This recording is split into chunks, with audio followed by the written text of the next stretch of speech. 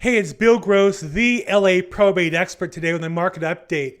And the real estate industry news continues to be way less accurate than political news. And I don't care which side of the politics you're on.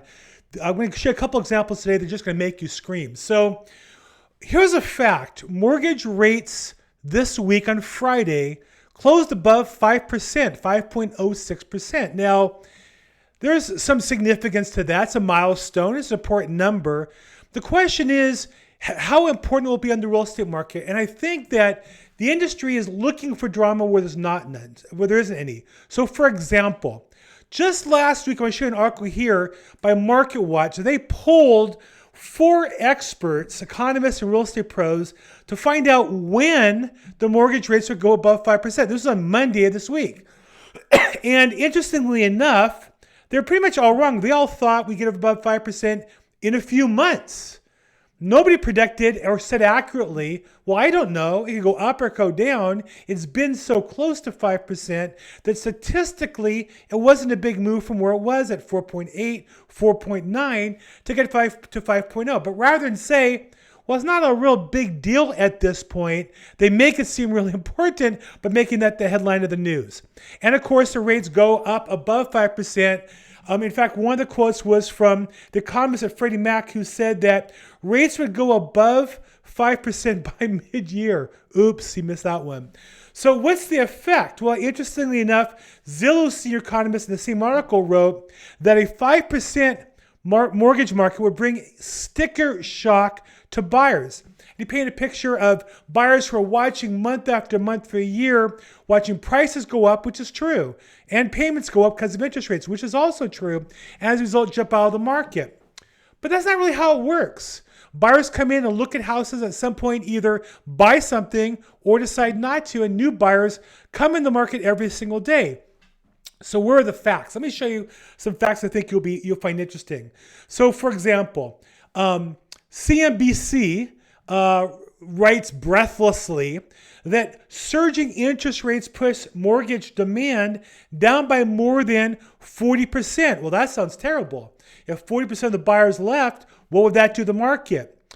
But really only 9% lower in the purchase market year over year and 3% for the week, meaning most of the people who are not getting mortgages right now were refinancing applications. Well, that makes sense. If you had a mortgage at 4.5 and were hoping to get a lower rate and rates went up, you wouldn't apply for a mortgage loan. But if you're buying a house, what this is telling you is 91% of the buyers are still getting in the process. Now, a 10% drop might be significant. CNBC doesn't tell us that. They just leave us hanging to wonder. So let me ask you, does it sound significant? Well, I would say it's not that big a deal. So for example, when you look at the housing market last month, the average home had 5 offers per house. 5 per house. So if there's 10% less buyers in the market, that means instead of 5, there's how many? 4.5% per house. 4.5 offers per house.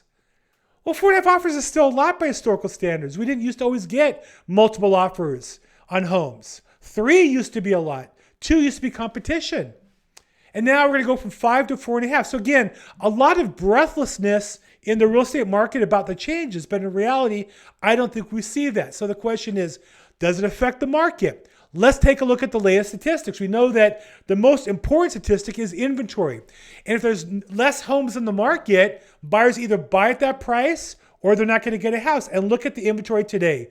It's still lower than the historic lows and declining in comparison to prior years. As long as this is happening, there cannot be a housing crisis. There cannot be a crisis until there's more sellers and buyers to drive down prices. As long as there's less houses than buyers, prices will continue to rise. And based on the statistics we see right now, that's not happening. Okay? Well, you might say, how about new listings? Is that changing things? No. New listings are still well below 2018, 19, and 20. It's slightly higher than 2021, and in fact, might be above it for a while, depending on the trend line. But overall, we're at historic low standards for new listings in the market. So it does not look to me, like we're going to see tremendous inventory.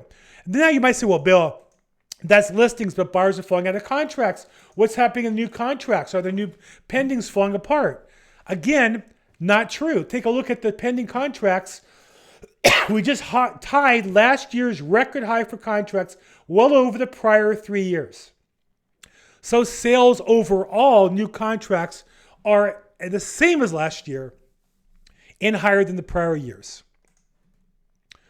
So what does all this mean? Well, I think that the real estate industry looks for something. They got to publish some article every day or every week or whatever it is. And therefore, when there's a little significant information, they blow it up to make it more significant than it really is. And I think that's why so many buyers and sellers are misinformed when they look to buy and sell property. I'm going to give you one that to me is just tragic. Sellers often look to ways to raise the value of the price more than the market. The most common one I get a lot is, well, can I stage my home to get more money? Now, staging means a lot of things. It could mean just taking out trash. Good idea. Could be decluttering. Great idea. It could mean fixing some things up. Okay, great idea. But it could also mean putting in furniture where there is none. See, that generally either is free furniture, which is kind of junky, or costs money. And the question is, will that money and time to stage the property bring you a higher price than otherwise would? Now, sellers like to believe if I can put in $3,000 worth of rented furniture, I'll get $20,000 more for my house. And think about it. Do people really get fooled? It sounds good. It sounds really good. And I've done a prior episode on how staging really does not add value to the property. Here's one just to show how crazy the real estate industry is. This is from Angie's List. And they just changed their name to Angie, A-N-J-I.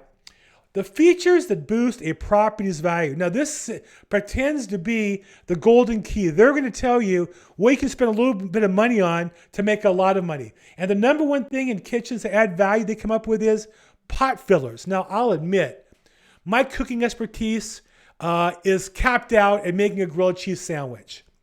And honestly, I didn't know what a pot filler was. It made sense. I understand the concept. I've seen them before. I didn't realize that was the name for them. But a pot filler is like a special faucet to put water directly in your pots in that part of the kitchen. And they actually say with a straight face that a pot filler can boost a home's value by 3.2%. Now think about it. Average house in Southern California, $800,000. They're telling you that a pot filler that costs, the hardware is about $300 maybe for a high-end one, maybe $4 or $5, a couple $100 to install it. They're telling you that for me, $1,000 all in, you're going to raise the value of your house by 3% on an $800,000 house. That's $24,000. Does that make any sense at all? No. What they did was they took homes that listed having a pot filler and compared them to homes that didn't list having a pot filler, ran the numbers and said, oh, those with pot fillers get 3.2% more on average. But that doesn't tell you that the same house with a pot filler has a nicer range, has nicer built-ins, has more updated maybe paint, better flooring, better cabinetry, better lighting, better a lot of things.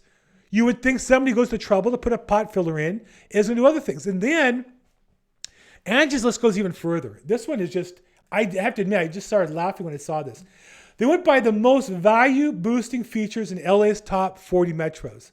And in LA, they calculated the pot filler, by coincidence, the same thing. I guess LA is big for pot fillers.